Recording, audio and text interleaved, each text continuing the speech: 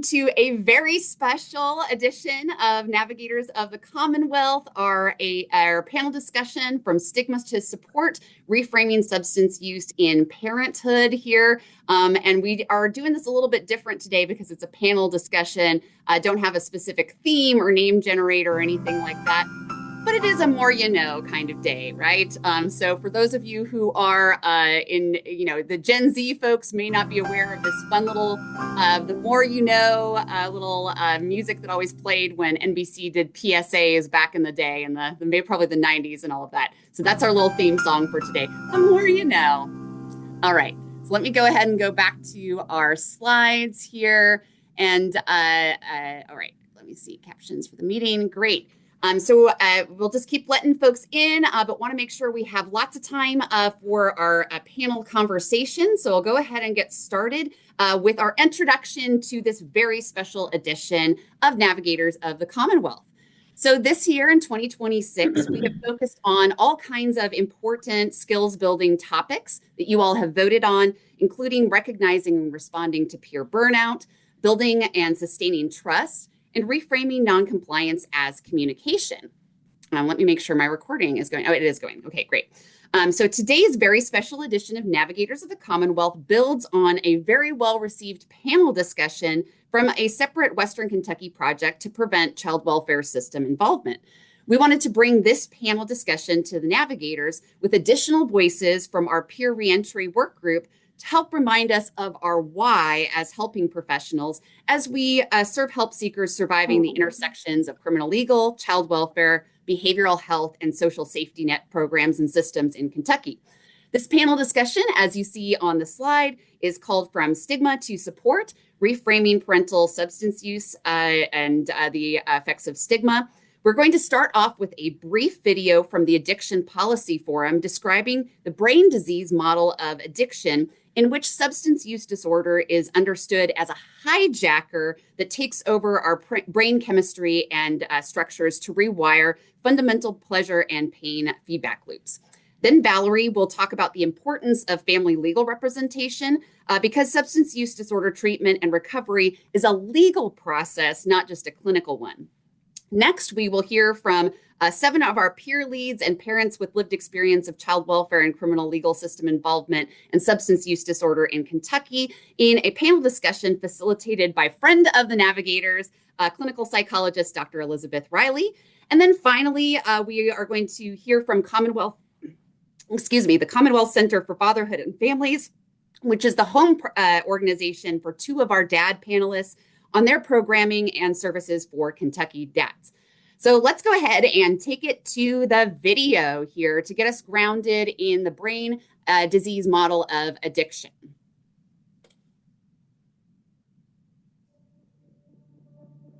Oh, sound. Let me get that cranked up a little bit. Let's watch it in YouTube.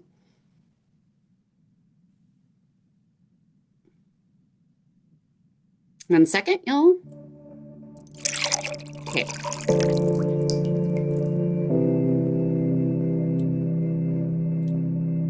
Scientists first began to understand addiction as a brain disorder in the 1950s. Doctors Olds and Milner, in laboratory studies of rats, found the parts of the brain affected by addiction. But then in 1994, doctors Volkov and Shelbert, top neuroscientists, ran CAT scans of the brain that showed the effects of substance use disorders. Like other diseases, these scans showed it affected tissue function. There are 2 main parts of the brain affected by drug use: the limbic system and the cortex.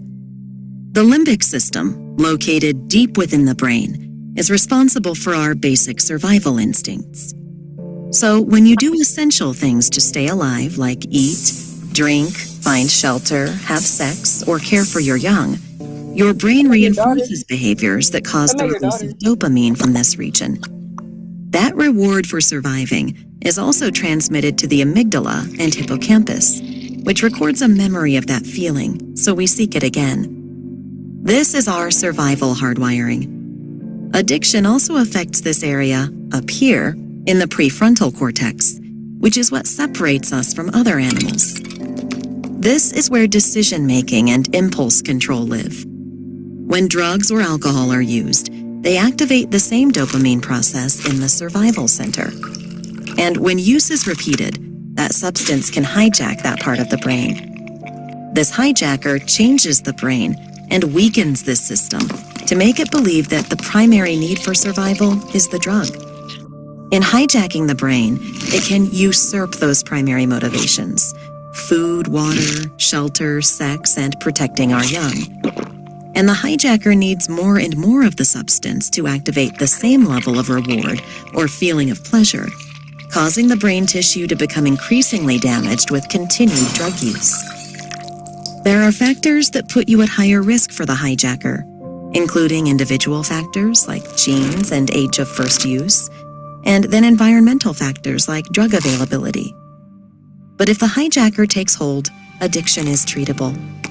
Advancements have been made in assessments, detox, treatment programs, recovery supports, and medications to treat addiction. Brain scans show that once in recovery, the tissue in the limbic system and cortex can get better.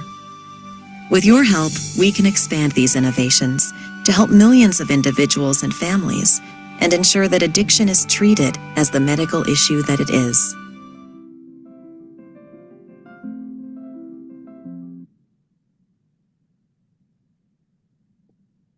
So very helpful video that we'll make sure you all get the link to afterward to understand, again, that brain addiction model of disease, the medical model for substance use disorder. Let me turn it over to Valerie to tell us about the kind of importance of family legal representation. As it says on the slide here, recovery is not just a clinical process, it is a legal one. Hi, everyone. So I'm Valerie Frost. I'm here with the Navigators team. I love seeing all the introductions in the chat. Welcome back, everyone who's been here. Welcome all new people. Please feel free to return. This is a great space, a lot of good energy. But again, I'm Valerie Frost. So I come to this space as both a parent that is impacted by systems and someone that has worked alongside them or still does work alongside them. So my role often is really a bridge. So helping families to understand systems and helping systems to better understand families. I also do work in the national family defense space. So training a lot of public defenders and interdisciplinary teams on how to engage in these types of settings, what I'm about to talk about. So Dr. McGladrey said this a couple of times, and it seems obvious when you know it, but I still think the average public isn't aware that child welfare is an entirely legal process. It doesn't start, foster care doesn't start until there's a court petition. So it's all legal. It's all a question of who has custody of a child, and parents' rights, legal rights are on the line. So it's really important to understand that when you're thinking about child welfare and this entire process and points of intervention. Child welfare really does determine, again, whether a parent keeps or loses custody of their child. But most families, they know they're not really experiencing it that way, or maybe not perceiving it that way. A lot of the experience comes as confusion. It feels really reactive. It's a lot of unraveling things that have happened already, and that often comes because they don't have legal support early enough. So just to kind of illustrate the problem before we go into the solutions a little further, here today we're talking about families that come into the system because of substance use. And we just watched that video. Hopefully, everyone in this is a like-minded group, that we're all aware that substance use is not a personal choice or a moral failing. That video was really illustrating the brain science behind this. And, we talk now a lot about it being a disorder, and this is a health need, right? So we have families that are coming in because of a health need, but what's driving their involvement and driving it further are other forms of instability, right? So housing and support and access to care for that health need and other health needs. And so this is really a point where families could be supported in multiple ways, to keep families together, to keep everyone safe, to really promote well-being. But what often happens, instead of stabilizing families, is that systems come in and they escalate to surveillance and removal. So just an example, so you might have a parent who is engaged in treatment, trying to stabilize, doing the things that, the system would want them to do or in general would want. But then here comes a report, a single report, and that's triggering a response that escalates very quickly and doesn't have coordination around what's actually happening in that family. So to tie it all together with the legal now, by the time a parent has an attorney after all of this has been done, the most important decisions have already been made. So we can go to the next slide now. So what I want to talk about is early community-based legal advocacy before a case is even ever filed would be really ideal. And this is happening. This is not like some vision or fantasy. In many places like Washington State, they've built models where legal advocates respond early, sometimes even at the hospital, and they coordinate with treatment providers, bringing like a medical legal partnership together and really wrap around families to keep families safely together. And this is working. So, this might sound like, well, how would we bring something like here? How would we coordinate this? I mean, it would take having stakeholders bought into it. So having judicial leadership, coordination with DCBS, the agency, the cabinet, alignment with funding. It doesn't happen overnight to have something coordinated at scale.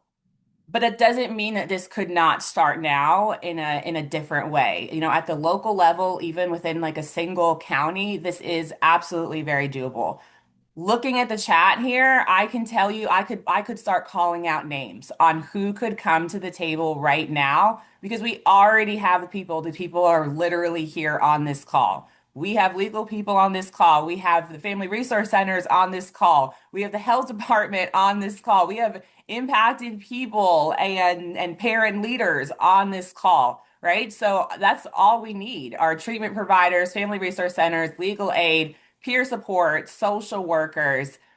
We just need to have them coordinating around the same families at the same time. So the question really isn't whether this is possible, it's whether we're willing to be intentional and act on it. So just a few things that I want to close out with. Really want to do some myth busting here that substance use is not neglect. It often reflects an unmet need and support many times. Now, I'm not saying in every single scenario, obviously safety is always important and a priority, but in many situations, support works better than surveillance. So my ask or my vision here, so now I will go to vision and dreaming, but I would love to see funding around early legal support, early legal advocacy. That would just really change a lot of outcomes for families as early as possible, prevention, and really wrapping around all of the needs that a family has. And going back to the original question, like what is everyone's why when they're when they're having these helping roles as a helping professional? What is our why? And our why is to help, right? So we help through support, we help through understanding, we help through seeing families through the lens of what is actually going on with them. So if they are having this health need, which is often unmet at this point when we're escalating, how do we reverse that? And how do we just meet that need and support the whole family to be well? So I have said more than enough now because we have people on here who are even more experts and closer to the problem than I am. So really excited for this. This is a really big treat to have all of these powerful voices together. So I hope that you all, I don't know if you're going to learn something per se, because I think that everyone here joins these calls because they already bring a wealth of expertise and knowledge. But maybe it confirms something you already knew. Maybe you hear it in a different way than what you've heard it, or maybe you're able just to filter it through the lens of the end user.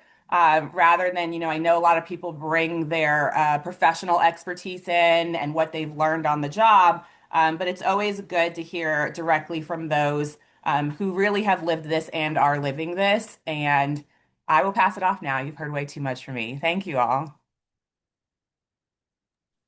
Thanks, Valerie, so much for powerful insights and quotables. I appreciate everybody's thoughts in the chat. I'm going to turn it over to Dr. Riley to help us with she was our facilitator for the panel in Western Kentucky, and as a friend of the Navigators, wanted to ask her to pinch hit again here. So turn it over to you, Elizabeth, and I'll work on getting pins in all of our panelists' profiles. Perfect. Thank you, Dr. McGladlery. And it's great to see all of you here today. It's wonderful to be a part of this panel, to be facilitating this again. As Margaret was saying, I had the opportunity and honor of facilitating this panel a couple times over the last year or so with a constellation of different folks. So you'll actually not hear a ton from me. I'm really here to showcase and highlight the wonderful work and perspectives of people on the panel. But just as a way of a brief introduction, I'm Elizabeth Riley. I work for a nonprofit that centers on systems improvement for the helping professions. I'm a clinical psychologist by training with background in substance use and trauma. So I'm really excited to get to introduce our panelists. And Margaret, how would you like to do this? Would you like to just go popcorn, or are you ready to pin? What are you thinking? I've got some folks pinned. I'm finding everybody. So maybe we start with Theta because you're Sure. top of my Brady Bunch square, if you don't mind, Theta. Perfect. And we'll just have the panelists do a brief introduction about kind of what their perspectives are, what brings them to this work, and then we'll go into more moderated questions. So Theta, go right ahead. Good morning, everybody. I'm Theta Mosby. I am a birth parent. I am a mother to three beautiful children. I like to say not a recovering addict, but I am recovered. God has blessed me and took me way beyond anything I could have asked for. And today I live sober and free from that addiction. And I'm just glad to be here today to offer my perspective. Thanks. Go ahead, Rebecca. Hi, I'm Rebecca Gray. I am a recovery coach for Voices of Hope. I'm here because I am in long-term recovery with children, and as a consequence of my substance use, I have extensive experience with child welfare services and what it's like to lose your kids. And I don't even like using lose your kids because I didn't lose them, but I lost the ability to make decisions for my kids. That was taken from me. So I'm here to hopefully make things better and give my perspective. Thanks so much, Rebecca. We're really glad to have you. How about Kayla?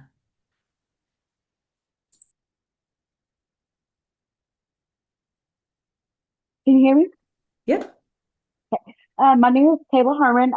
I am a birth parent with Kentucky State, and I'm a part of the Navigators of the Commonwealth group. I have quite a few experiences with BCBS myself. My kids were removed and out of my home for almost 18 months, and it was a constant fight for me. But yeah, so I never want another parent to feel what I felt. So that's why I'm here today. Thanks so much. Margaret, do you want to keep pinning, or should I just go ahead and call people? I don't know. Yeah, go ahead and call, but maybe to Brittany next here. We're working on getting the spotlight figured out. No worries. Hey guys, so glad you're here. My name is Brittany Harrington. I'm a person in long-term recovery, system impacted, share a similar story with other ladies. I do have a cool perspective though. When I was about 6 years in recovery, I got an opportunity to work for the cabinet as a person in recovery and a family mentor for a group called the START Team.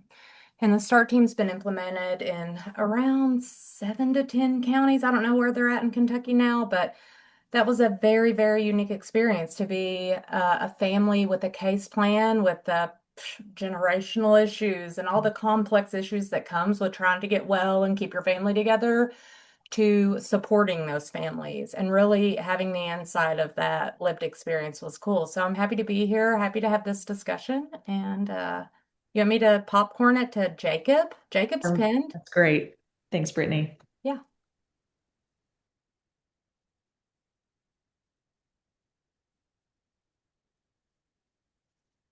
Y'all ready for me?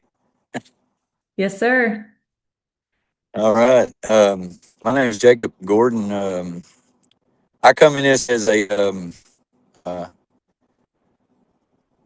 lifelong addiction, and my family, my mom, dad, and lived life until I'm in jail, and uh, for 3 years. And at the end of it, um, I got to meet up with cable dads, and I got hooked up with them, and uh, I've been with them since. I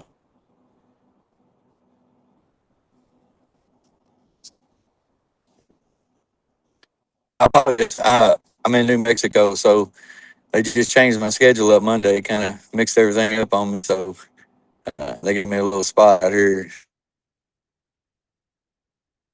Well, we're really glad you're here, Jacob. Thanks for making the time, and thank you for being here. Oh, may have lost him. Sounds like he was having a little bit of trouble connecting.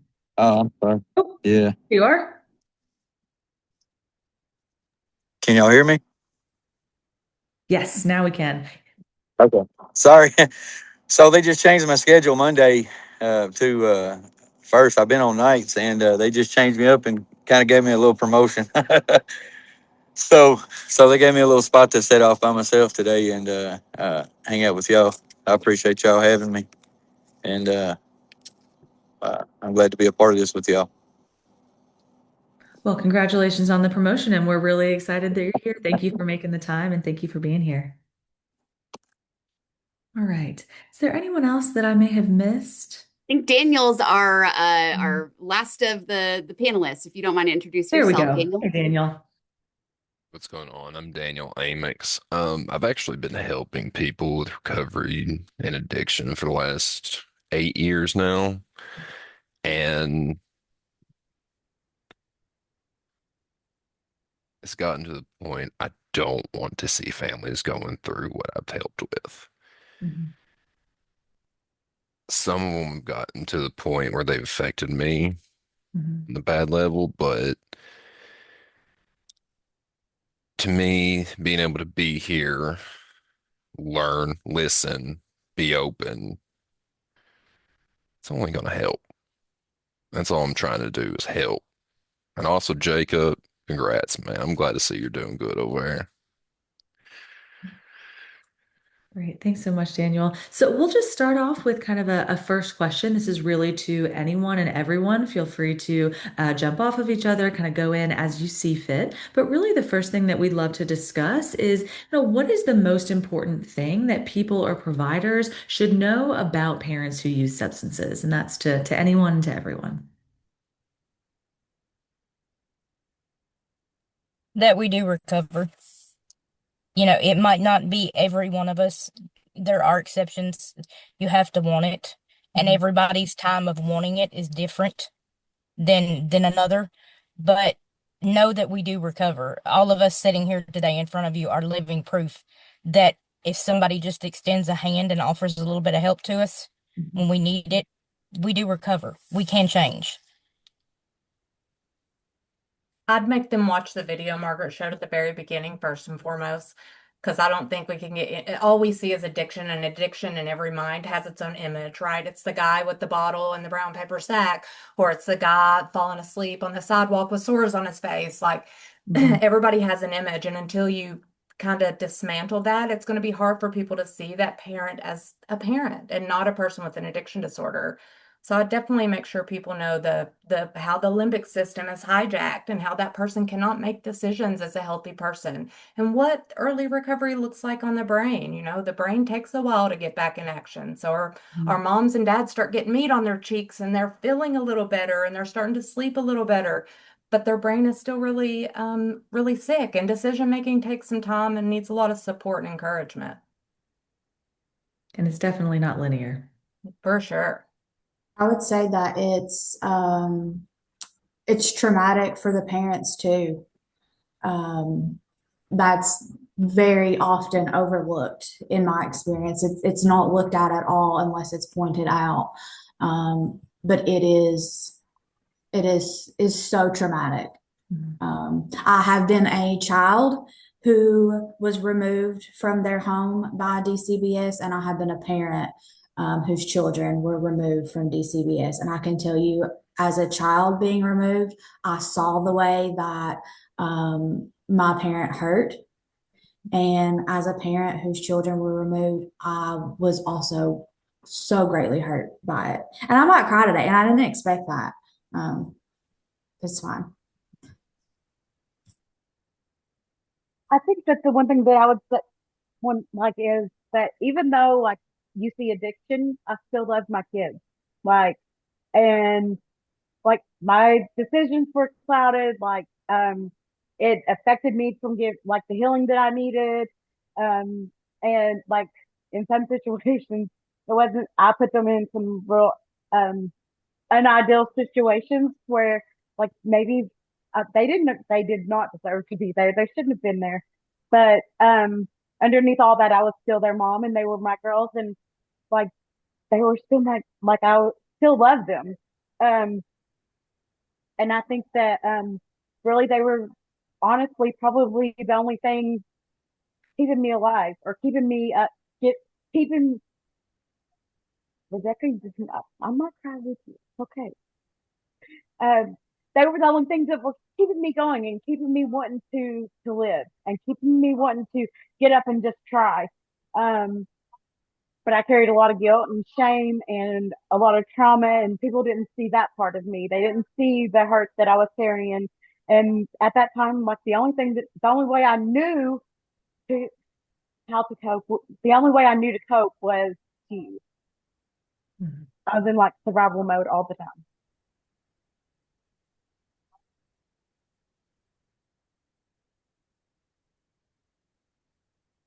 Yeah, that's another thing I've noticed is a lot of times just being there and if I'm all right, I guess I'll give the backstory. A few years ago, broke my neck, painkillers, yada yada, have fun. Um, I felt alone. My kids, well, at the time it was just my 2-year-old. He gave me the motivation to go do some schooling and stuff, but it didn't beat it out. But whenever I found what I'll call the friend, being CCFF and KY dads, that's when I realized that just being that person, whether you like it or not, being there for them, if you see you can step into that shoe and help them, that's what they need. That's what we need.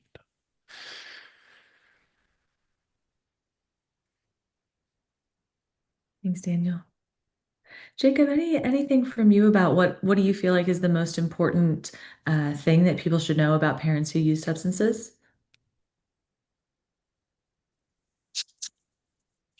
Uh, I think some of it is uh, most of the time they really don't want to, and everything that they're doing in the choices that I feel like is hard survival.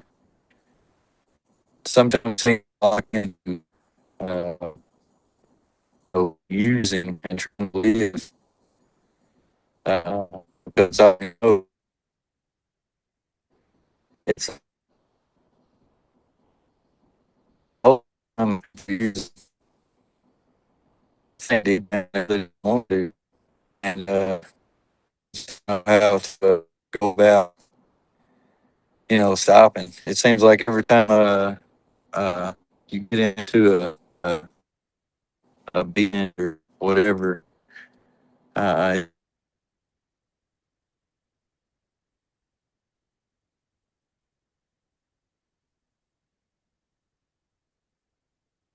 Oh, I'm sorry, he's breaking up. I think he was saying that a lot of parents, what he was hoping that folks would realize is that most parents don't want to be using substances. They don't want that. They don't want that life for themselves or their children.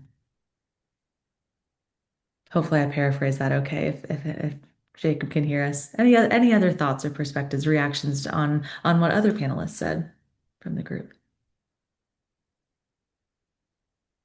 I think it's important to kind of what Daniel was saying to to be there, but to build on that relationship and see those individuals and those parents as more than just their addiction. Look beyond that as what their situation is, what they're going through. You know, his situation, he had been through so much with that. You know, my situation was a little different. Mine was I had buried a husband. You know, I was grieving. I didn't know how to process that, and you amplify that by removing a child after you've just lost a husband, and then you're completely lost. You're going to bury yourself. You're going to spiral. I mean, that's you don't know what else to do. So I think it's getting to know that person more than just seeing the addiction, knowing that they're a human being and there's a backstory that goes with every case of addiction, and then there's a root to that. You can't just put a band-aid on it. There's a root evil or a root cause as to why that individual chose to fill that void in their life with a substance. And I think it's remembering that how, and it's just so important to remember that how important that is to know.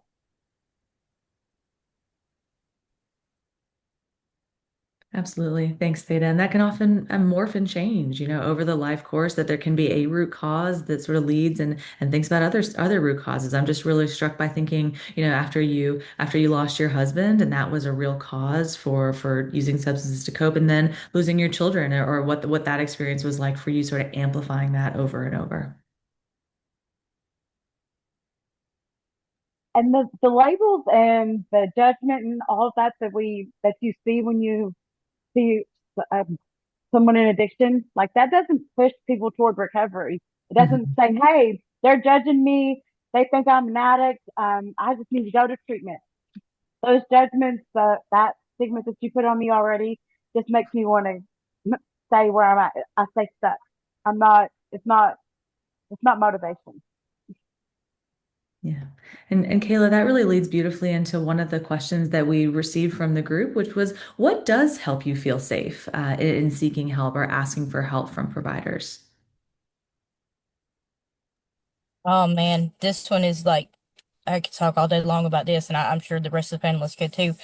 Um, you know, there's so much stigma that goes along with, like Kayla said, with this. So you have dual system harm when you have healthcare and you have child welfare, especially that meet. When they intersect, the stigma intensifies. Parents may avoid care just for the fear of having or being reported if they haven't already been, or having the child removed completely for good. You worry. You worry that if you don't already have the child removed, or if they're in placement currently just temporary, that if you go to treatment and you seek help, you admit that you have a problem and you're going to go, that's lots of times a long-term thing. You're looking at maybe 6 months, a year, depending on if you really, really want to be able to be sure that you're at least halfway whole before you come back to your family and try to put that back together. So the fear of losing your children, the fear of having them, permanently removed, or somebody, having to, as or the judge, taking your rights from you. Those are that stigma that goes with that, and that being scared and being terrified that you're going to lose what you have if you tell the truth. That's gonna, that makes parents want to run the other way. So I think being safe and knowing that, okay, it's safe for me to go get help. I can seek help for this amount of time, and I can get myself better. I can get well before I come back, and know that there's going to be contact consistently during that time frame with you and your kids, and knowing that your children are still going to be yours when you get out. I think that, if, as a parent, to me, that's the most important thing. That's the thing that would make me feel safe.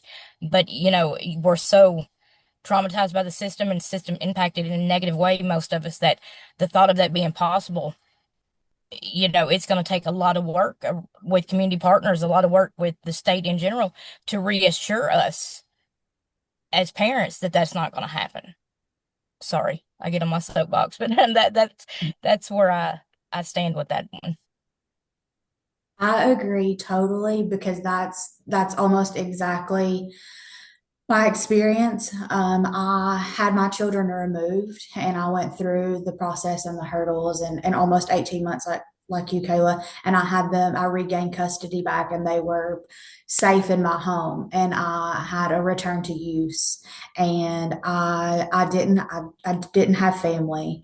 I didn't have anyone to assume custody of them. No one that was close to me. They would almost certainly have to enter foster care had I decided to go to treatment, formal treatment. So I made my family unsafe.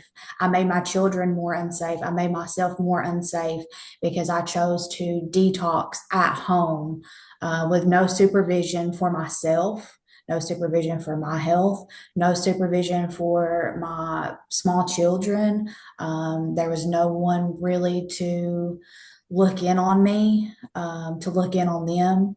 And we're good and we're thriving today, but we were so close to something absolutely terrible happening because I was absolutely terrified to reach back out to the systems that had taken my children from me to let them know that, hey, this didn't work. I actually need some more help. I couldn't ask for help because I was fearful of legal repercussions. Where were my children going to go? What was going to happen to me? Was I going to ask for treatment and end up with criminal charges? Um, it shouldn't be that way. And I think it's really important for people that in the helping field to understand too. A lot of these resources we need are very intermingled. You know, CPS is a very, very traumatic space. And I'm glad that you mentioned that in the first time you shared, Rebecca, that people don't realize how traumatizing this is. Just a threat. Let's say children are never removed. The threat of your children being taken from you and the fear of losing them forever is horrendous. And the space where that happened and those decisions are made, or the space where you have to do your supervised visits, is also the space you have to walk into to get a medical card or a food stamp card. So, like the resources that we need, and a lot of the places we walk into, there could be some like really significant traumatic experiences affiliated with that. And we don't think about that when we're asking our families, especially families in early recovery or families who are rebuilding, just go get your food stamps, go sign up for medical card, but you don't realize what kind of situations or environments you're sending your people into, or what feelings or memories are affiliated with that. Yeah. I think for me, or it's Kayla, I seen you. Go ahead.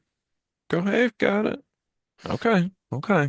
I think for me, feeling safe would be just being able to open up at all. Because if I do anything in person, I'm a 6'6" giant. That's the first thing people see. And, well, not everybody, but in a situation where they think you're the bad guy, it don't help. And, um, like when I was going through everything, I really didn't tell nobody because the last time I asked for help, I ended up in jail. And there's a lot that goes into that, but we'll save it for another day. So I don't ask for help that often. So when I was hurting, there was the only person I had to go to, well, he helped me realize that not everybody is my past at the same time, and that there are people that are trying to help me feel safe, just not going about it the way I see. So from that day, I learned how to kind of, I don't know, adapt, I would say. Like it might take me a minute to kind of get in the flow of things, but it's got to the point to where I can just shut up and listen. And I've never been great at that. I'll admit it. But that's what I've noticed makes me and them feel safe is being heard.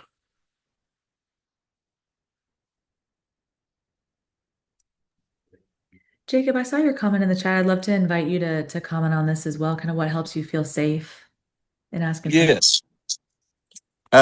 Sorry about this, y'all. We're just glad you're Uh, here. Yeah, I'm super stoked to be here, and I'm actually in New Mexico right now. I don't know if I told y'all that, uh, and but I feel like this is kind of a loaded question because there's so much that goes through my mind, um, looking for the answer, and it's not that I'm looking for the correct answer. I'm going back through my feelings, trying to figure out, what was I thinking or feeling at the time, and um, it's kind of hard. Okay, so like when I got out, um, I had a plan and I set some goals, and I've never been involved with that before.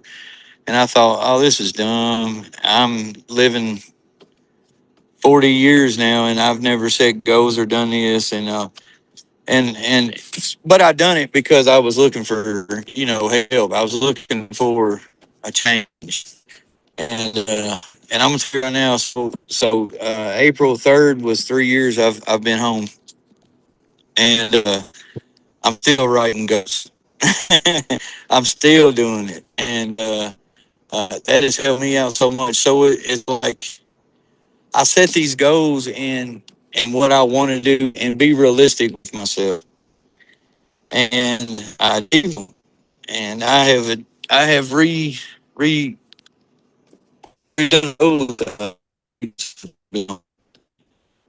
those and uh, you know, keep moving forward. It's easy. But I think my ever, you know, it's like I left for nothing. So I did. I in this the thing I wanted, and I was going to do it. Hey, And Jacob, Jacob, you're you're still. breaking up really, really, really bad. And I feel like it was going to be awesome. I mean, Yeah. I wonder, Jacob, maybe if you might t type it in the chat, just kind of some of that. We heard the first part really well, but the second part was breaking up. So maybe type a little bit in the chat. That might help if you're able to do that. And then Theta, I see your hand up as well. Yeah, something Daniel said when he was talking about his height and made me kind of triggered a thought for me around not really the question about us feeling safe, but and then again, yeah, um, about the biases that individuals, like help seekers, that we already have about the individuals that we're going to seek help from, but also the community partners and the individuals who offer that help, the biases that they have that they don't even realize you have sometimes. Um, they're maybe hidden or they're just routine because you've done it so much you don't even realize that you have a bias toward things. His height might intimidate someone when he walked in. There was I laugh now about it, at the time, I'm not be right like back. I had dyed my hair like pink and cut it. It was real short, and spiked pink and purple. Well, that was my choice. That was my decision. It wasn't anything related to the situation at the time because it came before that. But I was ultimately judged at that time for that. There was a bias against that. I was looked at but well, look at her. She's obviously got a problem because of this. And then I laugh now because I started working for the cabinet, and in doing so, getting to know some of the individuals I work with, I'll be one of back. them actually had pink hair that she had dyed at one point in time, but it was all cool when everybody was talking about it. Oh, well, that's cool. That's everybody's laughing and joking, and I literally looked up and said, that's great. When I done that, you all took my kid because that was the ultimate. Well, that was the way the room kind of fell silent for a moment, but that was, it was a bias that individuals have that they don't even realize they have because it was okay as long as it's on somebody who has a professional degree after their name, but it's not okay on somebody who has an addiction problem or had an addiction problem. So I think it's important to look at our personal biases and things that we maybe we need to look a little deeper also as individuals before we go out to maybe help somebody or vice versa. So that was just a thought. Definitely. Thank you, Theta. I want to be mindful of our time. So I think we'll do a last comment from Kayla. I think this could be easily a 2 hour panel. But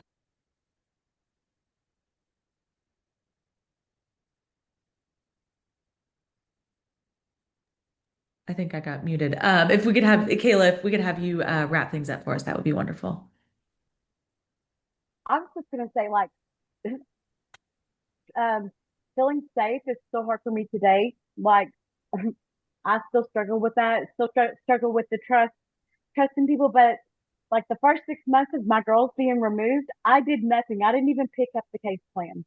And it took my girls being moved from the their original foster home and placed into a new one.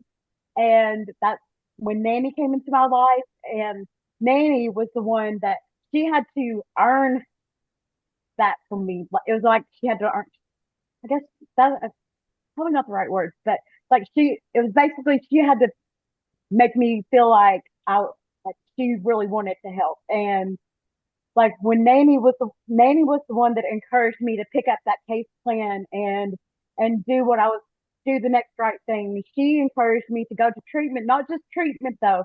She wanted me to go to a long-term treatment program. And while I was there, she brought my kids to see me every weekend. She made sure that I was taken care of. She made sure that when those court dates that I needed to go show up for DCBS, she made sure she went to those that court hearings and advocated for me, letting them know that I was I was out here and I was going to um I was in treatment and I was really working on myself, and it'd be a while before I came back. But she made sure that she let the courts know that I wasn't just not showing up, that I was really out there doing something and trying to better myself so that when I did come home, I could complete my case plan and get my kids back home.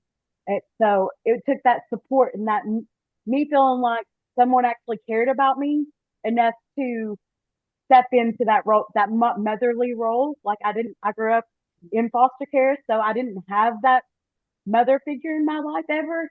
So like having someone step into that role and show me like the real love of a mother, like that's how, like watching her is what helped me become a mother. Like I don't think prior, I don't think I even really knew how to be a mom. Thank you so much, Kayla. I think we could keep this panel going for another couple of hours, but I know that I do want to be mindful of our time. So thank you so much, all of our wonderful panelists, for sharing your experiences and your vulnerability with us. We really appreciate you coming in today. And I'll turn it back over to Dr. McGladrey. Hey, y'all, and I'll actually have Kristen chime in here. So we've got a Menti poll on the slide here. Wanted to keep everybody's faces on the panel, but if you want to respond to that Menti poll, what are the new or refreshed tools and strategies you've learned today that will impact how you interact with help seekers? And then, Kristen, if you would briefly talk about the survey that we'd like to invite folks to take as we think about publishing what we've learned from the panelists from our Western Kentucky project and from our session today. Yeah, thank you so much, Dr. McGladrey. And thank you to all of our panelists who shared. And like Dr. Riley was saying, was vulnerable and shared insights. And this is how we also change systems, right? And make us more aware. So we want to continue that on that note by collecting some data. And I went ahead and put it in the chat, and then we'll have another slide with the survey. If you all wouldn't just mind, it takes less than 10 minutes to quickly fill that out and just provide insight and feedback from today's session that will help just inform as we go to publish this. And you can scan that QR code right there to take the survey. Again, go ahead, do it right now so it's fresh in your mind. And then that way we're able to publish and explain this for other helping professionals. How can we change some of these biases and stigma? How can we make spaces and places feel more safe? What can we do to even counteract the biases that are set up and even bring light to those biases that people don't even know are there, maybe? Like Theta sharing her story of when I had pink hair and that wasn't okay, and my children were taken away from me. But if you have letters after your name, then it becomes okay. Well, why is that, right? So if you wouldn't mind, it would be so helpful for us again, because we really just want to move the impact on how many more people we can reach and just transform our systems. And Dr. McGladrey, I'll turn it over to you as we read our mentees and people's information. But thank you all so much for being here. Yes, and but panelists, please check out the chat, all of the wonderful feedback that you're receiving for your incredible stories, your bravery, as well as your code switching skills and being able to bring these stories and experiences to our helping professional audience here. So, what are the newer, refreshed tools that you're taking away? You still love your kids, right? Addiction doesn't mean you don't love your kids. It is the hijacking of the brain circuitry, right, that changes the way that you're responding to those stimuli. Taking time to listen. Recovery takes time, right? The time piece here, meeting people where they are. People do want help, but we need to have grace with that. Recovery is scary. Yes, absolutely, right? Because you're really entering into that vulnerability of help seeking. It takes a village, absolutely. People want to be heard. Safe spaces versus triggering spaces, right? And thinking about what we're asking folks to do when we're returning back to DCBS after, coming to get benefits, like Brittany was saying, in the same office where you're experiencing the casework around potentially losing your children. Remember that we all matter.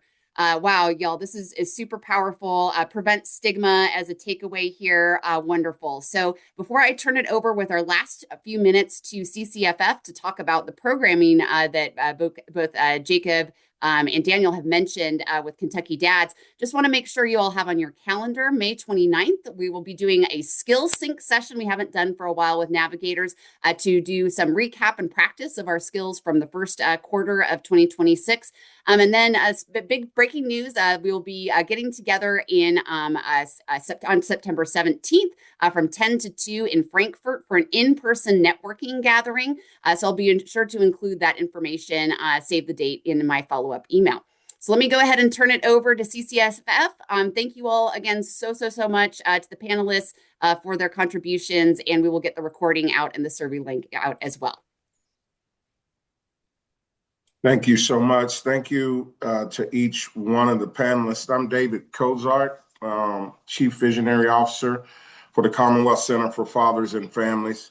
Also on the line are Aaron Ames, who is our our Director of Operations here, and Teray Wilson, who is our Training and Resources Coordinator. You all have heard the main attraction, which are these lived experience panelists, and many of which have become colleagues and friends of ours here at CCFF. So thank you so much. I will move very swiftly. CCFF seeks to increase awareness of the importance of fathers, the awareness of importance of fathers to their children, to the mothers of their children, and to community and society. Fatherhood engagement impacts all of these things and more. I'll focus your attention in context of today's information on addiction, recovery, and substance use disorder. We have found that to be a space that is inextricably tied with fatherhood engagement. One, because the fathers and mothers that are experiencing the substance use disorders, it's important that we support them in their health so that they can break that cycle with their children. But also, what is emerging is that when fatherhood engagement or parental engagement is introduced into the battery of services that substance use disorder facilities and communities use, we believe that it is going to help increase recovery capital and reduce relapse and help folks overcome the substance use disorder. We need look no further than some of the comments that were made today, right?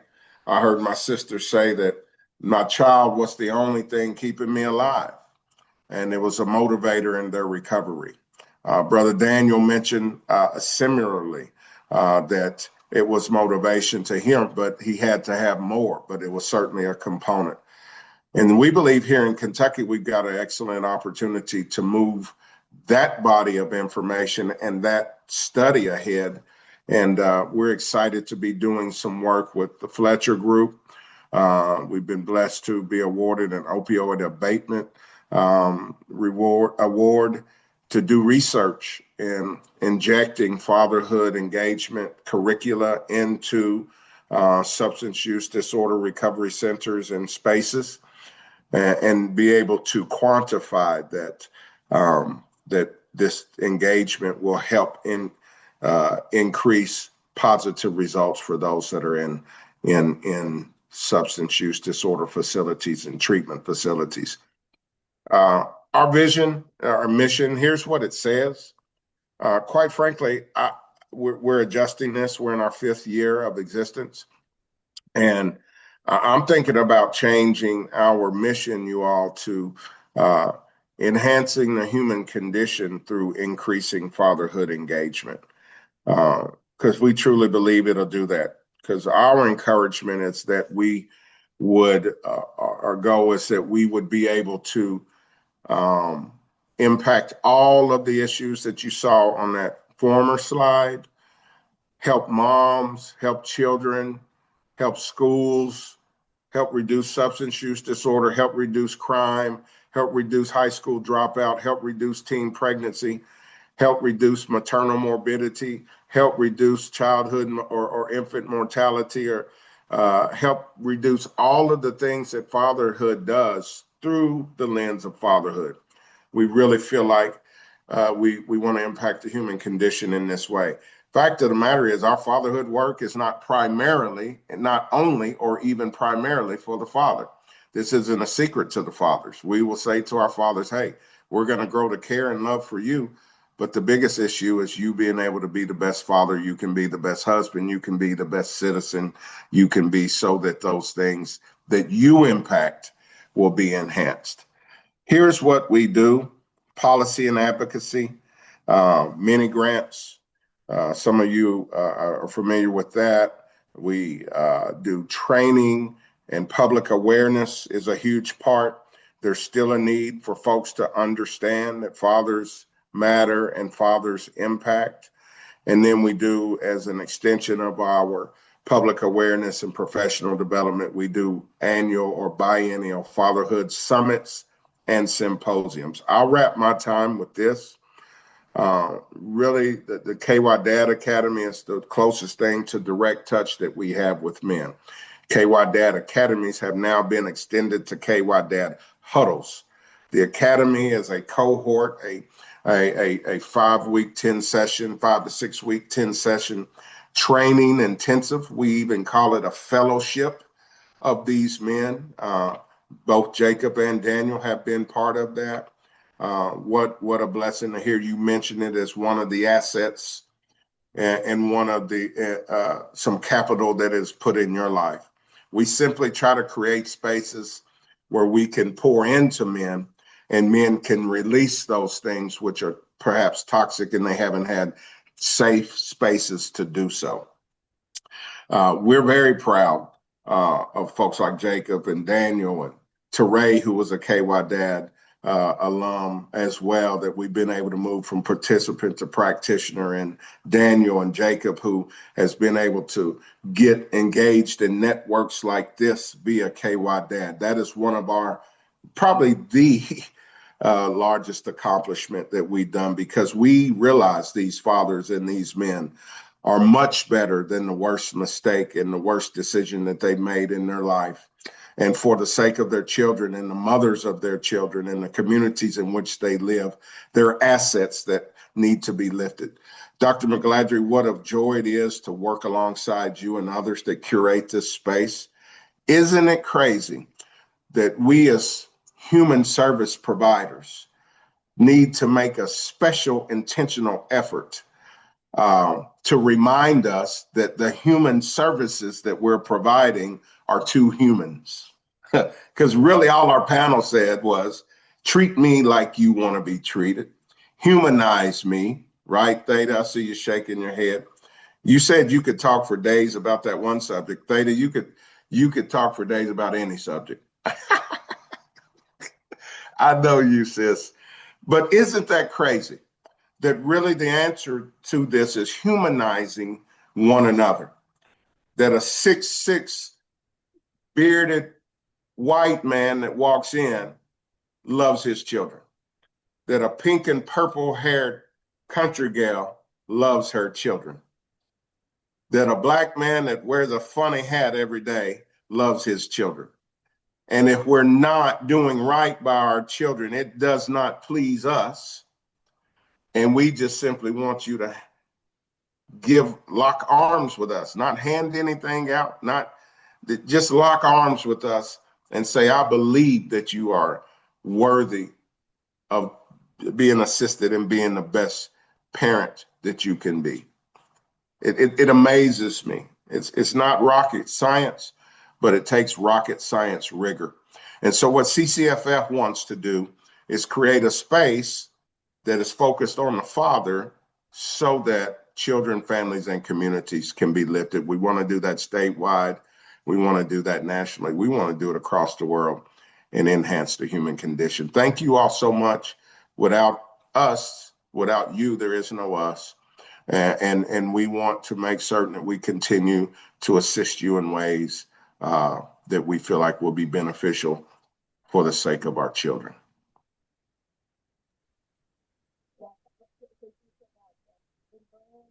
Can't hear you, sis. I can't.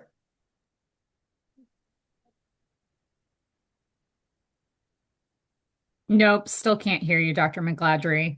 But David, really quick, if you wouldn't mind sharing your contact information, because I know some people would love to get in contact with you, and we're just so grateful for the work you do.